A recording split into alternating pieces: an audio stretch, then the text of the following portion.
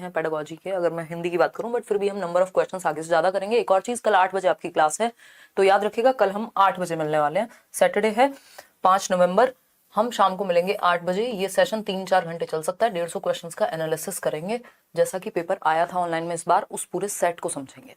ठीक है, आ जाइए, आ ही चुके हैं वैसे तो आप। जैसे जैसे आप जुड़ते जाएं, लाइक शेयर करते जाएं, सेशन आपको पसंद आएगा। ये 15 क्वेश्चन, यानी कि जितने भी बेसिकली हम क्वेश्चंस यहाँ कर रहे हैं वो इंपॉर्टेंट है, ऑनलाइन में आए हुए हैं, रिपीट हुए हैं, महत्व रखते हैं। टेलीग्राम चैनल पर पीडीएफ आपको मिल जाएगा। फर्स्ट क्वेश्चन आपके सामने, पढ़िए, जवाब दीजिए। पहला क्वेश्चन क्या है, देखिए, जो आपने सीडीपी में, सॉरी, जो आप सीडीपी में पढ़ते हैं वो हिंदी इंग्लिश पेडागोजी आपकी ऐसे सॉल्व करा सकता है। कुछ 2-4 ही टॉपिक हैं, जो प्लेलिस्ट भी बनी हुई है, और अभी मैं आपको मंडे को एक प्लान दे दूंगी जिसमें हम लोग किस तरह से कंटेंट प्लस क्वेश्चंस करने वाले हैं। इस 1 महीने में चीजें आपको टेंशन नहीं लेनी, मतलब पेपर आपका निकल जाएगा। चलिए समझते हैं। एक एक क्वेश्चन को समझना जरूरी है, सिर्फ सॉल्व नहीं करना, सिर्फ आंसर नहीं देना, उसका प्रॉपर एनालिसिस करना जरूरी है कि हमारे समझने में कहाँ गड़बड़ रही, अगर गलत हमसे हुआ क्वेश्चन तो, है ना, और सही हुआ तो बाकी ऑप्शंस क्यों सही नहीं हो सकते थे, उसको समझना जरूरी है। इसी बात पे आप चाय पीजिए और मैं भी पी लेती हूँ एक सिप। व्हाट? हाँ, वो हटा दिया ना मैसेज। ठीक है, चले आगे। बहुत बढ़िया। क्वेश्चन नंबर 1 कहता है 60%, 79% लोग डी ऑप्शन कह रहे हैं। चलिए समझते हैं। भाषा शिक्षक के रूप में निम्नलिखित में, आप लोग स्मार्ट हो गए हैं, सही उत्तर देने लग गए हैं। भाषा शिक्षक के रूप में निम्नलिखित में से कौन सी सुधार करने की सर्वश्रेष्ठ तकनीक है? बिल्कुल सिंपल। अगर आपकी सीडीपी थोड़ी ठीक है और आप बच्चे की आप भला सोच पाते हैं, आपके पूरे पूरे नंबर पेडागोजी में, हिंदी में, इंग्लिश में, इन सब में आना बहुत ईजी है। ठीक, सर्वश्रेष्ठ तकनीक यानी बेस्ट टेक्निक कौन सी है यदि आप चाहते हैं कि भाषा शिक्षक के रूप में आपके लिए पढ़ाने का सबसे बढ़िया तरीका, मेथड। पहला ऑप्शन है शिक्षार्थी को बोलने के समय ही सुधार देना। देखिए, सबसे ज्यादा जरूरी होता है जब हम लैंग्वेज की बात करते हैं या वैसे भी पेडागोजिकली भी, कि हम बच्चे को अभिव्यक्ति की आजादी दें, है ना, एक्सप्रेस कर पाए, वो फ्रीडम टू एक्सप्रेस हिमसेल्फ और हरसेल्फ। ठीक, अभिव्यक्ति की आजादी यानी अभिव्यक्त करने दें बच्चे को, हम एक्सप्रेस करने दें। वो थोड़ा बहुत अगर गलत भाषा में भी, अपनी मातृभाषा में या फिर बोली का भी प्रयोग कर रहा है, स्टैंडर्ड लैंग्वेज का, मानकीकृत भाषा का यूज ना भी कर पाए, तब भी आप उसको पहले बोलने देते हैं। सुधार की बात बाद में आती है, एक्सप्रेस करने देते हैं। तो ये तो सर्वश्रेष्ठ तरीका बिल्कुल भी नहीं हुआ। बी ऑप्शन है सुधार कार्य पूरी कक्षा की गतिविधि के रूप में किया जाना चाहिए, ताकि कोई भी शिक्षार्थी त्रुटियों को न दोहराए। मतलब बच्चे को बेइज्जत करो पूरी क्लास के सामने, जो भी गलती की है उसने, और ताकि गलती दोबारा ना हो। देखो, गलतियां होना प्रॉब्लम नहीं है पेडागोजी में, गलतियां होना सीखने और सिखाने का हिस्सा है, अभिन्न अंग है। उनसे सीखना जरूरी है। ये नहीं है कि गलती होनी ही नहीं चाहिए, दोबारा नहीं दोहरानी चाहिए।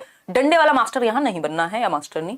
सी ऑप्शन है शिक्षार्थियों को की त्रुटियों को कभी भी सुधारने की आवश्यकता नहीं है। अब ये कहना भी गलत होगा कि कभी भी सुधारने की आवश्यकता नहीं है, वो कभी ना कभी तो उस पर काम किया जाएगा। अगर हम ठीक नहीं करेंगे तो फिर वो हमेशा के लिए हो जाएंगी।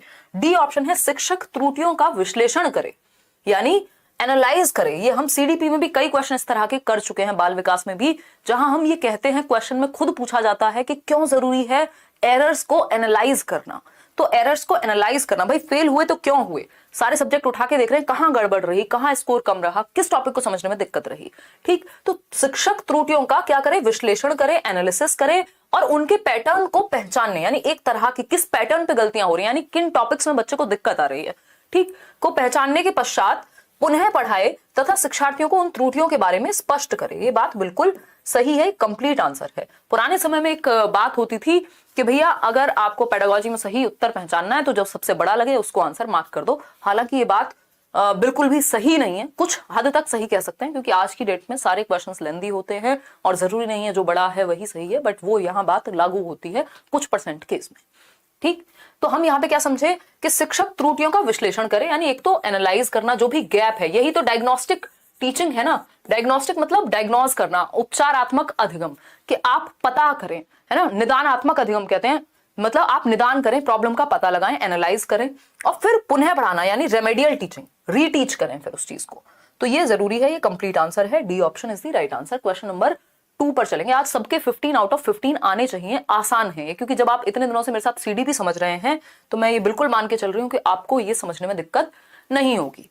ठीक है ना, एक बार आ जाइए, थोड़ा और जूम इन कर लेते हैं, क्योंकि आज तो बाइलिंगुअल भी नहीं है क्वेश्चन, आज सिर्फ हिंदी में है, क्योंकि हम हिंदी पेडागोजी यानी शिक्षण शास्त्र कर रहे हैं हिंदी भाषा का। देखिए, समझिए, जानिए और जवाब दीजिए। अगर हम बात करते हैं किसकी, बताइए बताइए, 75% आंसर्स आपके आ रहे हैं ए ऑप्शन के लिए। समझते हैं।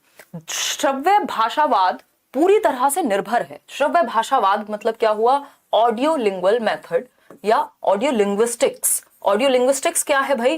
कि भाषा को ऑडियो के माध्यम से सीख रहे हैं आप, ठीक? या ऑडियो लिंगुअल मेथड भी एक मेथड होता है जिसमें सुन करके बच्चा सीखेगा चीजें। अब ये रेडियो हो सकता है, अब ये कोई और ऐसी श्रव्य सामग्री हो सकती है। पहला ऑप्शन है, यानी श्रव्य भाषावाद किस पे फोकस करेगा? भाषा को वास्तविक जीवन के संदर्भ में सिखाने में, दोहराव तथा अभ्यास की आदत डालने में, लक्ष्य भाषा का प्रयोग करने तथा मातृभाषा के प्रयोग का निषेध करने में। ऐसा नहीं है। लक्ष्य भाषा होती है टारगेट लैंग्वेज, कि आप इंग्लिश आपके लिए स्कूल में टारगेट लैंग्वेज हो सकती है जिसको आप सीखने जा रहे हैं। मातृभाषा जो आप घर से सीख के जा रहे हैं, तो मातृभाषा के प्रयोग का निषेध की बात ये नहीं करता। वो डायरेक्ट मेथड है जिसको हम डायरेक्ट को क्या कहते हैं? प्रत्यक्ष विधि। वो कहती है ऐसा कि मातृभाषा का प्रयोग मत कराओ, ठीक? लक्ष्य भाषा से अनुवाद करने में, ये ग्रामर ट्रांसलेशन मेथड यानी व्याकरण अनुवाद विधि कहती है, ये डी ऑप्शन। और सी ऑप्शन जो है वो किसके बारे में है? वो आपके लक्ष्य जो भी प्रत्यक्ष विधि के बारे में है, यानी डायरेक्ट मेथड ऑफ टीचिंग के बारे में है। इन दोनों को हटा देंगे। ऑडियो लिंगुअल मेथड की बात हो रही है, तो संदर्भ में और बिना संदर्भ जाए तेल लेने, यहाँ पे सबसे ज्यादा फोकस रहता है बच्चा सुन करके सीख पाए, समझ पाए, अभ्यास हो जाए उसको। दोहराव तथा अभ्यास की आदत डालना, बार बार आप सुन रहे हैं A for apple, B for ball, तो क्या होगा?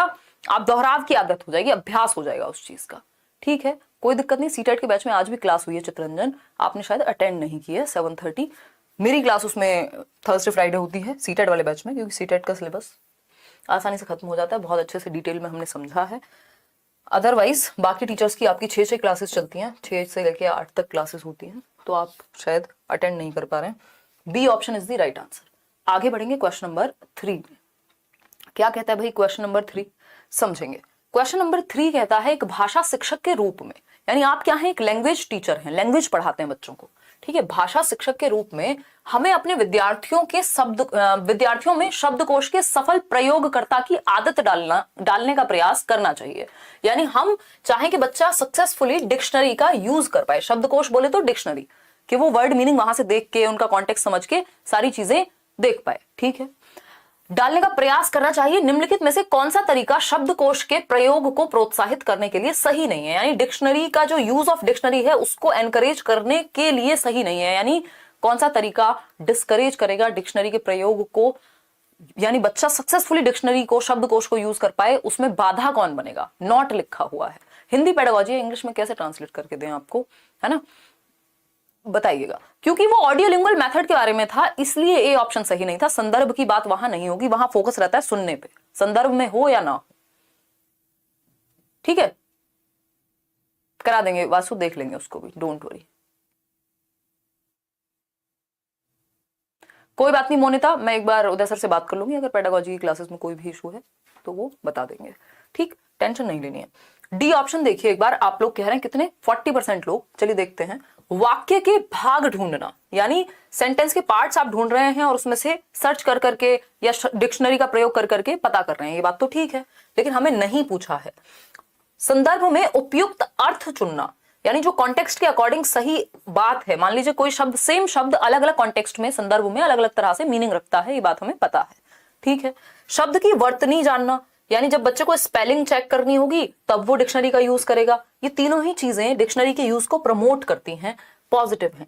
लेकिन प्रत्येक नए शब्द के लिए शिक्षक से पूछना, अगर बच्चे में आदत ये डल जाएगी कि हर एक नया शब्द जैसे ही आया वो टीचर से पूछने लगता है मीनिंग, तो वो खुद से डिक्शनरी का यूज या शब्दकोश का प्रयोग नहीं करेगा। ये हतोत्साहित करता है। जब आप इस चीज को प्रोत्साहित करेंगे कि टीचर से पूछ लो तुरंत जैसे ही कोई भी नया शब्द आए, पहले आप खुद कोशिश करते हैं, खुद से एक्टिव होकर के बच्चा वर्तनी जानेगा या शब्दकोश उठा करके लाएगा, उसमें ढूंढेगा। इससे आपकी सेल्फ लर्निंग, इंडिपेंडेंट लर्निंग, स्वतंत्र रूप से सीखने की चाह बढ़ती है बच्चे में।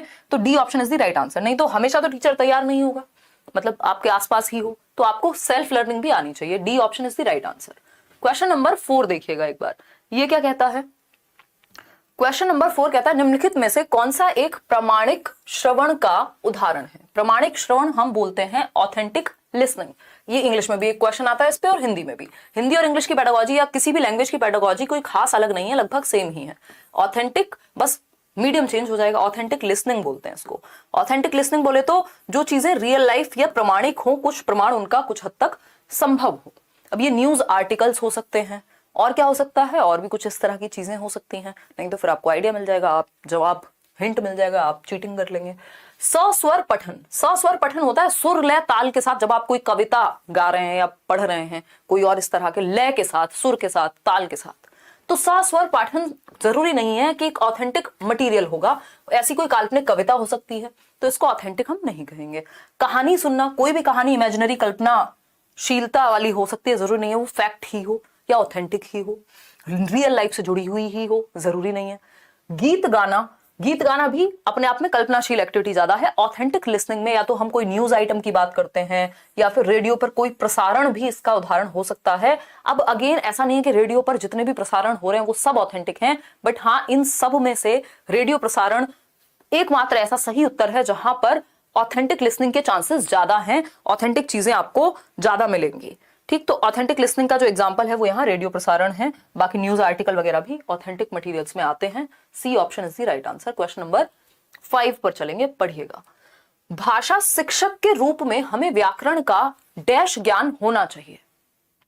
मतलब जब आप एक लैंग्वेज टीचर हैं तो आपको व्याकरण का कैसा ज्ञान होना चाहिए, ये पूछा है हमसे सिंपल भाषा में।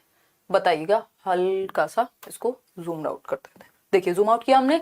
भाषा शिक्षक के रूप में हमें व्याकरण का डैश ज्ञान होना चाहिए। अव्यक्त तथा व्यक्त, यानी जो व्यक्त किया जा सके, एक्सप्रेस किया जा सके, और जो व्यक्त ना किया जा सके, दोनों तरह का। चलिए, पॉजिटिव है। सुस्पष्ट, ये भी बुरा नहीं है, लेकिन हमें क्या चाहिए, बेस्ट ऑप्शन चाहिए 4 ऑप्शंस में से। अव्यक्त तथा सुस्पष्ट दोनों, ये थोड़ा बेटर लग रहा है। विस्तृत, विस्तृत ज्ञान हो, ठीक है, ये भी अच्छा है। तो ये देख रहे हो, पेडागोजी का यही खेल है, 4 ऑप्शन सही है। कोई भी ऐसा ऑप्शन नहीं है जो नेगेटिव हो या जिसको हम सिरे से नकार दें, बट हमें क्या चाहिए, बेस्ट ऑप्शन, है ना। यहाँ वर और वधू की तलाश चल रही है, ये याद कर लेना। मतलब जब आप ऑप्शंस में सेलेक्ट करते हैं पेडागोजी में स्पेशली, तो बेस्ट जो आपके अनुसार बेस्ट हो। अब यहाँ पे इनके अनुसार भी चलना पड़ेगा, जो बच्चे के लिए बेस्ट हो, ठीक है। बाकी सब में जो कॉम्प्रिहेंसिव हो, या तो बाकी ऑप्शंस को अपने अंदर समाहित करता हो या फिर उन सब में क्लियरली बेस्ट हो, ठीक है। तो ये अव्यक्त तथा सुस्पष्ट दोनों, यानी जो इम्प्लिसिट है, जो व्यक्त नहीं किया जा सकता वो भी, और जो मतलब जो मीनिंग जो है छिपा हुआ है, हिडन मीनिंग है वो भी, और सुस्पष्ट यानी क्लियर भी होनी चाहिए। जो नॉलेज है वो सुस्पष्ट भी हो, और अव्यक्त जो बातें डायरेक्टली कही जा रही है वो भी समझ ले टीचर, और इनडायरेक्ट वाली तो समझ लिए। तो सुस्पष्ट में तो डायरेक्टली व्यक्त अपने आप आ जाएगा, तो इसलिए इस ए से ऑप्शन ज्यादा बेटर है, सी। तो सही उत्तर क्या हुआ, सी ऑप्शन, जो कि 54% लोग दे पा रहे हैं। आगे बढ़ेंगे क्वेश्चन नंबर 6 पर। क्वेश्चन नंबर 6 क्या कहता है, देखिए सीडीपी अगर आप अच्छे से कर लेते हैं, इसीलिए कहा जाता है कि बाकी सब्जेक्ट में उतनी तकलीफ आपको फिर नहीं होती है। खैर, हम सारे ही सब्जेक्ट करेंगे जो भी इंपॉर्टेंट है, जहां पे भी पेडागोजी है। निदानात्मक परीक्षण यानी डायग्नोस्टिक टेस्ट, क्या है ये, डायग्नोस्टिक टेस्ट। इंग्लिश में भी यही क्वेश्चन पूछेगा, बस लैंग्वेज चेंज कर देगा, वहां इंग्लिश में पूछ लेगा, ठीक, क्योंकि ज्यादातर टॉपिक्स जो है वो कॉमन है। समझ पा रहे हैं हम लोग? बहुत बढ़िया। तो डायग्नोस्टिक परीक्षण यानी निदानात्मक परीक्षण निदान के लिए होता है। जब आपको बुखार हो तो आप टेस्ट कराने जाते हैं एक लेबोरेटरी में, या जिनको हम डायग्नोस्टिक लैब्स बोलते हैं, कि भाई 4 दिन से बुखार है, उतर नहीं रहा, नॉर्मल दवाई से पता करेंगे क्या हुआ है, मलेरिया है क्या है, तो वो ब्लड निकालेंगे, आपका टेस्ट करेंगे, डायग्नोस करेंगे कि प्रॉब्लम आपको है क्या, उस हिसाब से फिर रेमेडी दी जाएगी यानी दवाई दी जाएगी। ऐसे ही टीचिंग में होता है, पहले आप प्रॉब्लम का पता लगाते हैं निदानात्मक परीक्षण से। आपने एक टेस्ट लिया बच्चे का, अब आप जान रहे हैं कि उसको प्रॉब्लम आखिर है कहां पर, गैप कहां है, फिर उसके बाद आप रेमेडियल टीचिंग देते हैं, जिसको हम उपचारात्मक शिक्षण कहते हैं। तो डायग्नोज करने के बाद हमेशा रेमेडियल टीचिंग हमेशा डायग्नोस्टिक के बाद दी जाएगी, ये बात हमें याद रखनी है। क्वेश्चन इस पे 100% आता है, और सिर्फ यहाँ हिंदी या इंग्लिश या सीडीपी में नहीं, मैथ्स, पेडागोजी, ईवीएस सब जगह आता है। उपचारात्मक शिक्षण जो है वो निदान के बाद दिया जाएगा, ठीक। ये बेसिक कॉन्सेप्ट है जो हमें पता होना चाहिए, ठीक। शिक्षण अधिगम के समय और अंतराल पर, यानी निदानात्मक परीक्षण की जो सफलता है वो इस पे निर्भर करेगी कि कितनी देर सीखा गया। देर पे नहीं, जितना भी सीखा गया वो किस हद तक सही है, कमी कहां है, ये ड्यूरेशन के बारे में बिल्कुल नहीं है। व्याकरण के नियमों पर, सिर्फ व्याकरण पढ़ते हैं क्या हम, जी नहीं, संदर्भ में वो भाषा को सीख पाया कि नहीं सीख पाया। फिर है सी ऑप्शन, निदानात्मक शिक्षण तथा सामग्री पर, यानी जो रेमेडियल टीचिंग हुई है और उसमें क्या मटीरियल यूज किया है। मे बी मटेरियल कोई भी वैसे यूज हुआ हो बट रेमेडियल टीचिंग ठीक होनी चाहिए, फिर भी ये इतना नेगेटिव नहीं है जितने बाकी के 2 ऑप्शन नेगेटिव हैं। चलो इसको रख लेते हैं डाउट में, क्योंकि 2 ऑप्शन में जनरली डाउट आ ही जाता है पेडागोजी में। डी ऑप्शन है अधिगम में पिछड़ने के कारणों को पहचानने पर। डायग्नोस का मतलब ही है आप गैप समझ पाए, कमी रह कहां गई, उसके बाद उसको सुधरवाएंगे। तो अधिगम में पिछड़ने के कारणों को पहचानने पर, इससे ज्यादा बेहतर है ये कि सबसे ज्यादा जरूरी है कि हम कारण पहचान पाए। हम डायग्नोस जो कर रहे हैं, निर्धारणात्मक परीक्षण ले ही इसलिए रहे हैं कि हम समझ पाए कि कमी रह कहां गई है, क्या कारण है उसके पीछे, गैप को फिर हम फुलफिल कर पाएंगे। D option is the right answer. आगे बढ़ेंगे, क्वेश्चन नंबर 7 देखिएगा। क्वेश्चन नंबर 7 क्या कहता है भाई? क्वेश्चन नंबर 7 कहता है एक बच्चा बच्ची यानी बच्चा या फिर बच्ची विद्यालय में भाषा की कक्षा में अपनी प्रथम भाषा को सीखने में अक्सर समस्या का सामना करते हैं या करता है, क्योंकि समझिएगा फिर से, एक बच्चा है या बच्ची है, जब वो स्कूल में अपनी ही प्रथम भाषा समझ रहे हैं ना, मातृभाषा उसकी फर्स्ट लैंग्वेज, मान लीजिए हिंदी है, और हिंदी मेरे को घर में मैंने सीख ली, बोलना आता है, मैं 6 साल की उम्र में पहली कक्षा में गई, और लेकिन अब जब मैं स्कूल में हिंदी सीख रही हूं तो मुझे मुश्किल लग रही है। अदरवाइज तो मैं हिंदी में बातें कर लेती हूँ, बातें समझ लेती हूँ, मूवी देख लेती हूँ, कार्टून देख लेती हूँ, और सारी चीजें सही चल रही है, हिंदी तो मुझे आती है। लेकिन जब आप उसको पढ़ने लगते हैं स्कूल में जाके तो समस्या का सामना करना पड़ता है। इसका रीजन बताइए। इसका सिंपल रीजन क्या होगा? अपनी भाषा को विद्यालय में सीखना रोचक नहीं है। अब रोचक तो टीचर के ऊपर है, वो मेथड अगर अच्छे होंगे तो रोचक तो बनाया जा सकता है। ऐसा थोड़ी है, कोई फैक्ट थोड़ी है, तथ्य थोड़ी है कि रोचक होगा ही नहीं। अगर टीचर ठीक नहीं है तो रोचक नहीं होगा। नोट्स छोटू कल मिल जाएंगे सीडीपी के, मोस्ट प्रोबेबली नहीं, अगर कल नहीं मिले किसी %, क्योंकि कल 3-4 घंटे की क्लास है, नहीं तो मंडे तो आपको नोट्स मिल ही जाएंगे ज्यादातर सब्जेक्ट के, या फिर नेक्स्ट कमिंग वीक में एक एक दिन करके एक एक नोट्स आपको मिलते रहेंगे। ठीक है, खैर बी ऑप्शन है विद्यालय भाषा घर की भाषा की अपेक्षा अधिक औपचारिक है। बी ऑप्शन 63% लोग सही दे रहे हैं आंसर, जो कि बहुत खुशी की बात है कि विद्यालय भाषा घर की भाषा की अपेक्षा क्या है? औपचारिक है, अधिक फॉर्मल है। अगर हम यहाँ बिल्कुल रोबोट की तरह बातें करेंगे, कभी हंसी मजाक नहीं होगा, है ना, कभी जोक्स नहीं होंगे जो आपके एज ग्रुप को समझ में आते हैं, जिसमें मजा आता हो, तो फिर ये क्लास कैसी हो जाएगी? बहुत औपचारिक हो जाएगी, फॉर्मल हो जाएगी। तो जब हम डेली लाइफ में घर में इस भाषा सीखते हैं तो वो अनौपचारिक होती है, इनफॉर्मल होती है। हमें लगता है अरे ये तो अपना ही बंदा है, अपनी ही बंदी है। मतलब जब हम किसी से मिल रहे हैं, टीचर से, एक वो कंफर्ट की फीलिंग आनी चाहिए। ठीक, तो वो ज्यादा औपचारिक अगर हो जाएगी, ज्यादा रूल्स हैं वहां पे, नियम कायदे कानून ज्यादा हैं, प्रॉपर एक पैटर्न है, तो इसलिए कई बार मुश्किल लगती है घर की भाषा से स्कूल की भाषा, चाहे भाषा सेम ही क्यों ना हो। ठीक, क्योंकि वहां आप नियम कायदे कानून, तौर तरीके, टीचर, मेथड्स और बुक वगैरह के थ्रू सीख रहे होते हैं, फॉर्मली लैंग्वेज को, औपचारिक ज्यादा है, इसलिए ऐसा होता है। बच्चा या बच्ची अपनी उस भाषा को जानता है या जानती है, तथा विद्यालय में उस भाषा को पुनः सीखने में कोई तथ्य नहीं है। ऐसा नहीं है कि कोई फायदा नहीं है दोबारा सीखने में क्योंकि वो जानता है। भाई बहुत सारे ग्रामर के, व्याकरण के नियम होते हैं, या बहुत सारी बातें होती हैं भाषा के बारे में। हिंदी आपने सीख ली घर में मातृभाषा के रूप में, बट उसके बारे में जानते आप प्रॉपर कहाँ है? स्कूल में जाकर के। तो विद्या, ऐसा नहीं है कि इसमें कोई फैक्ट नहीं है, आप प्रॉपर सीख पाते हैं भाषा को। विद्यालय में उस भाषा को सीखना कठिन है, ये भी कोई फैक्ट नहीं हुआ। तो बी ऑप्शन जो है वो सही कारण है कि इसलिए कठिनाई होती है क्योंकि ज्यादा फॉर्मल होती है जब आप उस लैंग्वेज को विद्यालय में सीखते हैं। क्वेश्चन नंबर 8 देखिए और पढ़िए, जवाब दीजिए पोल में। ठीक है जी। यार साइंस तो मैं नहीं कराती हूँ, साइंस और एसएसटी, है ना। चलिए खैर जवाब दीजिए। 21,000 लोग हम लोग जुड़े हुए हैं, सिर्फ 9,100 लोगों ने लाइक किया है, तो बाकी के आधे से ज्यादा लोग लाइक शेयर कर दें अगर उनको सेशन पसंद आ रहा हो, समझ में आ रही हो बातें। कहानी सुनाना विद्यार्थियों की सहायता करता है, यानी जब आप स्टोरी सुना रहे हैं कोई उनको, है ना, वाचन कर रहे हैं किसका? कहानी का, सुना रहे हैं बेसिकली, इससे क्या सहायता मिलेगी बच्चों की? अनुशासन में बैठने में, मे बी कक्ष में एकाग्र होने में, हो सकता है भाई उनका ध्यान पहुंच जाए, एकाग्र हो जाए, वो ज्यादा अटेंशन पे कर पाए, इंटरेस्टिंग कहानी है, आपकी स्टोरी है, ठीक है। कक्षा के वातावरण का आनंद लेने में, ये बात भी सही है। अपनी कल्पनाशीलता का विकास करने में। अब देखो यहाँ चारों ऑप्शन सही हैं, पॉजिटिव हैं, कोई बच्चे की बुराई की बात नहीं कर रहा, लेकिन जो सबसे ज्यादा बच्चे को एक्टिव रखे, सक्रिय हो, जहां बच्चा सौरभ पांडे, और जिसमें बच्चे का ज्यादा भला हो, तो ज्यादा भला कहां है? अपनी कल्पनाशीलता का विकास करने में है, जो कि 78% लोग सही आंसर दे रहे हैं। बहुत खुशी की बात है, अब आप लोग आंसर सही दे रहे हैं।